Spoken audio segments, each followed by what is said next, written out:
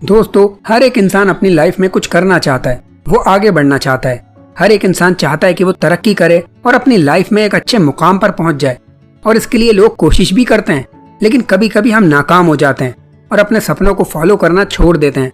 हमारी जिंदगी मुश्किल दौर से गुजरने लगती है, हमारा एक्साइटमेंट खत्म हो जाता है और हर जगह हमें बस नाउमीदी दिखाई देती है। हमें लगता है कि अब हार मान लेनी चाहिए। ऐसी सिचुएशन में एक कमजोर इंसान उन प्रॉब्लम के आगे दब जाता है, वो उनका सामना नहीं कर पाता और हार मान लेता है। लेकिन मजबूत इंसान वो होता है जो सेम प्रॉब्लम का सामना करता है, उनका सॉल्यूशन निकालता है और कभी भी गिव अप नहीं करता। यही लोग लाइफ में आगे जाकर सक्सेसफुल होते हैं। तो आपकी लाइफ में भी कभी कोई ऐसा मोड़ आए जहां आप हार मानने लगे तो एक बार ये वीडियो याद करना, शायद आप अपना इरादा बदल लें। आइए इस बात को एक छोटी सी कहानी से समझते हैं। हे गाइस, मैं हूं आपका दोस्त एंड होस्ट मुनीर इस्मार्टी। आइए कुछ नया सीखें।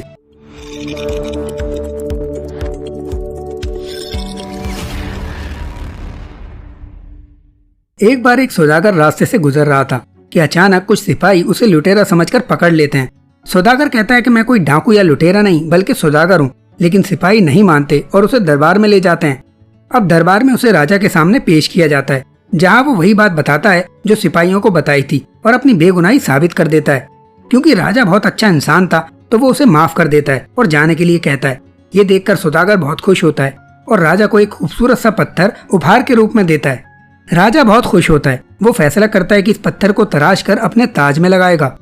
वह मंत्री से कहता है कि हमारे राज्य के सबसे बेहतरीन संग तराश से ये काम लिया जाए। मंत्री तुरंत राज्य के सबसे बेहतरीन संग तराश के पास जाकर राजा का आदेश सुनाता है और बदले में उसे 50 सोने के सिक्के देने का वादा करता है। संग तराश सिक्कों का सुनकर बहुत खुश होता है और फौरन ही अपने औजार निकालकर पत्थर तराशने का काम शुरू कर देता है और उस पत्थर को आकार देने के लिए अपने हथौड़े से उस पत्थर पर मारता है। लेकिन पत्थर पर कोई फर्क नहीं पड़ता। वह फिर से दोबारा जोर से हथौड़ा मारता है, लेकिन इस बार भी पत्थर नहीं टूटता। अब संग तराश थोड़ा परेशान हो जाता है और बार बार हथौड़े को पत्थर पर मारता है, लेकिन अफसोस 50 बार हथौड़ा मारने के बाद भी पत्थर नहीं टूटता। अब थकार कर वो मंत्री को बुलाता है और सारी बात बता देता है। अब ये जानकर मंत्री भी परेशान हो जाता है, क्योंकि राजा ने उसे पत्थर को ताज में लगाने की जिम्मेदारी दी थी। अब वो सोच में पड़ जाता है कि जब इतना होशियार कारीगर इस पत्थर को आकार नहीं दे पाया तो और कौन देगा। मंत्री सोच ही रहा था कि बिना काम पूरा किए वापस जाने में खतरा है, तो क्यों न किसी दूसरे के पास जाए।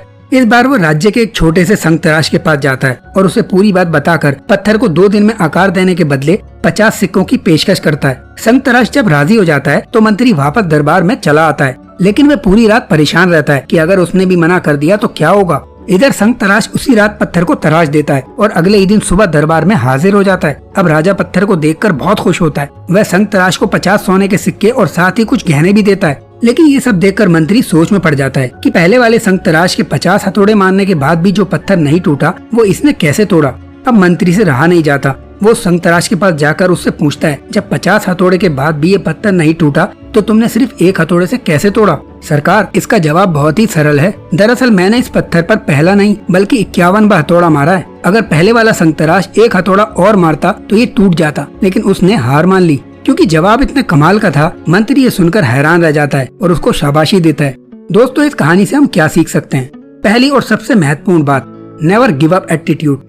अपनी जिंदगी में आपको किसी भी असफलता का सामना करना पड़े, लेकिन हर असफलता के बाद खुद को मोटिवेट करने और अपने लक्ष्य को प्राप्त करने के लिए अपना काम जारी रखें। दूसरी चीज, लर्निंग एटीट्यूड। अपने आसपास की हर एक चीज से सीखने के लिए हमेशा तैयार रहें। यदि आपके पास सीखने की टेंडेंसी है तो आपको अपना लक्ष्य हासिल करने से कोई नहीं रोक सकता, क्योंकि जिनके इरादे बुलंद होते हैं वो तब तक नहीं हारते जब तक जीत न जाएं। इसलिए असफलता को इग्नोर करो, सिर्फ जीत पर फोकस करो और फिर से कोशिश करो जब तक जीत ना जाओ। ये वीडियो आपको कैसी लगी मुझे कमेंट में बताएं। वीडियो पसंद आई हो तो वीडियो को लाइक करें और मेरे चैनल को सब्सक्राइब करें। मिलते हैं नेक्स्ट वीडियो में, तब तक अपना ख्याल रखें और मुझे अपनी दुआ में याद रखें।